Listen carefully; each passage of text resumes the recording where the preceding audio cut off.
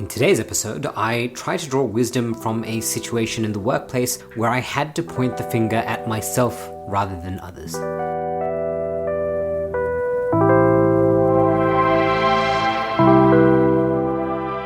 Welcome to Monologues by Hassie.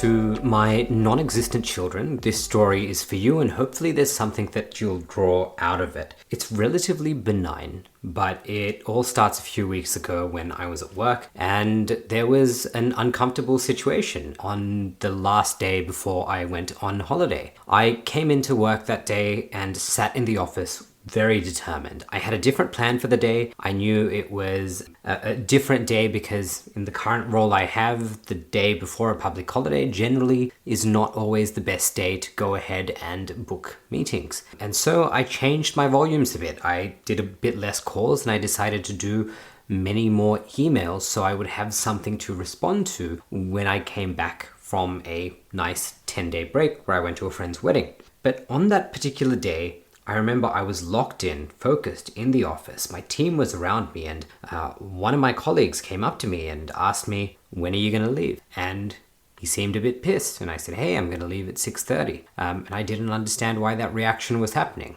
My boss also came to me and said, "You need to be a team player at 5. And again, I was very confused by this. And, I was a little bit irritated myself. I said, well, why does this person think that they can have that sort of reaction to me? And why have I been made to be the bad guy in this situation?" But then I realized, a few minutes before I left the office that day, I was checking my messages, which I had muted because I had come in with that clear plan of what I wanted to do, that I had missed a certain challenge that had been set for the team, and because I didn't do my part, it meant that they felt like they weren't allowed to go home. And this irritated me deeply, both the fact that that challenge was set that way, but also because I disappointed some of my colleagues. And it really is a situation where I realized that because I missed that message, they had this perception that they might have believed I was behaving maliciously towards them.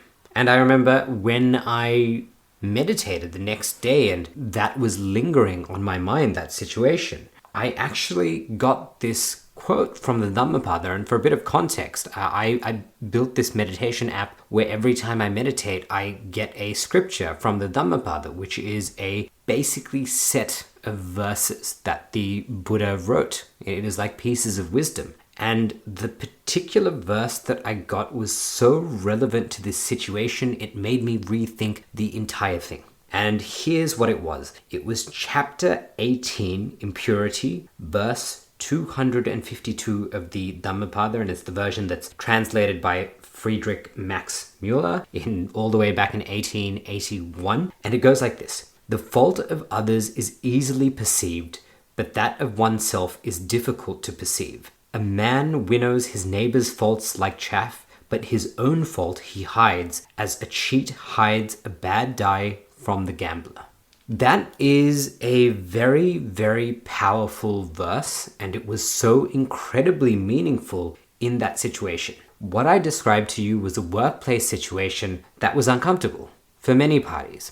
But from my initial recounting of that story, I was very focused on the other parties. The fact that that challenge was set, the fact that I don't come to work to bludge, and I didn't like being perceived that way.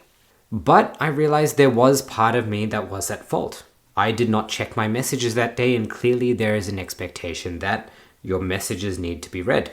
Now, whether that's something I want to do long term is a different story. That's a separate choice. But in the context of being part of that team, it was important that I was aware of what was happening and there to support people. And so even though I was irritated by a few things, and like that quote says, it is very easy to pick the faults of other people, right? A man winnows his neighbor's faults like chaff. That basically means we look at other people's faults and we're so fixated on them because it's very easy to think about what other people are doing wrong. But when it comes to our own faults, it is very natural to hide them. And I'm not saying that I'm somebody who makes all my faults visible and I'm a perfect person. God knows I'm absolutely not. I always jokingly tell people, or maybe not jokingly, that I'm a very, very bad person. But in this situation, when I came back from my holiday, the first thing I did, and I put this in my diary, was to go speak to that colleague and go speak to my boss, not to focus on what I thought was wrong with that situation, but to apologize for my own actions. And by that point, they said, oh, we forgot about this. But regardless of whether they forgot about it or not, a lot of people will say that out of politeness. And it is not worth leaving, I guess, seeds of misunderstanding, of miscommunication to, I guess, grow in people's minds and cause bigger problems down the track. So I decided to be the bigger man and make it very clear what happened, that I missed that message. And that's why it may have seemed like I was not being a team player in that situation. And so that's an example of where I guess I challenged myself to uncover my own faults. And it's very natural for us to, when we make a mistake in work, in project, in a friendship, to hide those faults, to suppress them, to push them to the side, to hope the other person forgets about them. And when you think about it, fundamentally, that is almost how the entire world works. If you view two countries at war, everyone is so focused on the fault of the other that they will readily hide their own faults, because it comes across as a weakness, I think, to say, hey, I made a mistake in this situation. I think the important thing is you acknowledging a mistake and bringing it to the forefront, regardless of whether anybody else does, doesn't minimize anything else, but it does set a standard for yourself. It is something that's uncomfortable to do, but I'm glad I did it, because it still means that, I'm helping resolve a misunderstanding and not allowing that misunderstanding to grow bigger than it needs to be. And so it was very important for me to come back to work and to apologize to my colleagues who had felt that I was deliberately letting them down, unbeknownst to the fact that I had missed a message. And this seems like a very, very simple story, but there are other situations of where we assign fault to people. And I think the more important one is the whole issue of miscommunication is a very important concept. There was a situation where I reached out to an executive and we agreed to meet to discuss a particular topic. And this executive never got back to me. And I messaged them again and said, hey, sorry for assuming that you might be available at a particular time. I realized that you're quite busy. And I had this impression in my head that, wow, this person is going to be this really kind of cranky, busy person, maybe a bit scary. And then I actually happened to run into them in real life. And I said, you know what? You have this image of this person in your mind. Go speak to them. And so I spoke to them in person. I said, hey, I'm Hassie. I'm the person who reached out to you on LinkedIn. And they're like, oh, hey, how you doing? And we actually had a really lovely conversation. And this image that I'd created in their mind, that they were this scary person, maybe too busy to respond, too busy to make time, maybe unhappy about the way I reached out to them. Again, these are things I was assuming.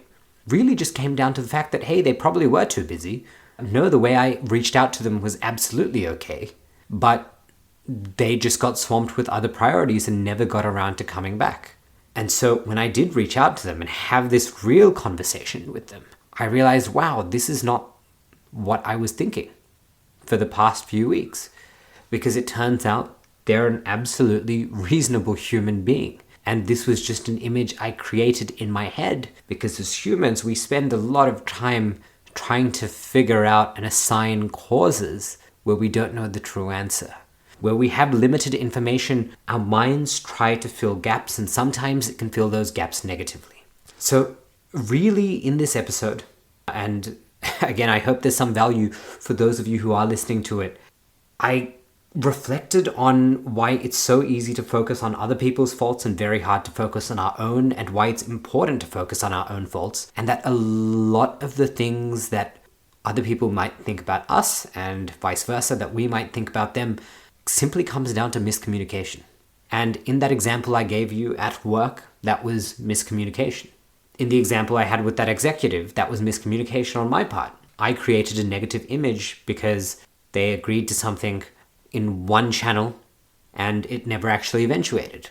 But when I actually did speak to them, that vanished. That negative image, or that not so much a negative image of the person, but maybe a negative image of the way that I reached out to them and I thought, oh wow, I pissed this person off, didn't really exist. They're a delightful person and simply quite swamped. And so to those of you who are listening to this, where in your life are you so focused on other people's faults that you fail to see your own? Because focusing on other people's faults, it's a lot like, complaining. And whilst everyone complains, myself included, I try very hard to catch myself when I do, because it's not a valuable thing. And the same thing goes for assigning fault. The whole world can be at fault, and you can scream and point your finger at everybody else in the world. But at the end of the day, it is only when you are retrospective to what you have done, even if it only contributes to 1% of a situation. If you can identify and rectify a fault that you have made, and imagine if the whole world starts doing that, we're going to end up living in a much better place.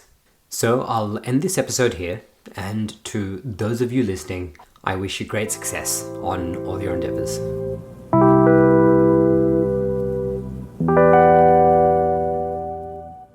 You've just made it through another episode of Monologues by Hassie.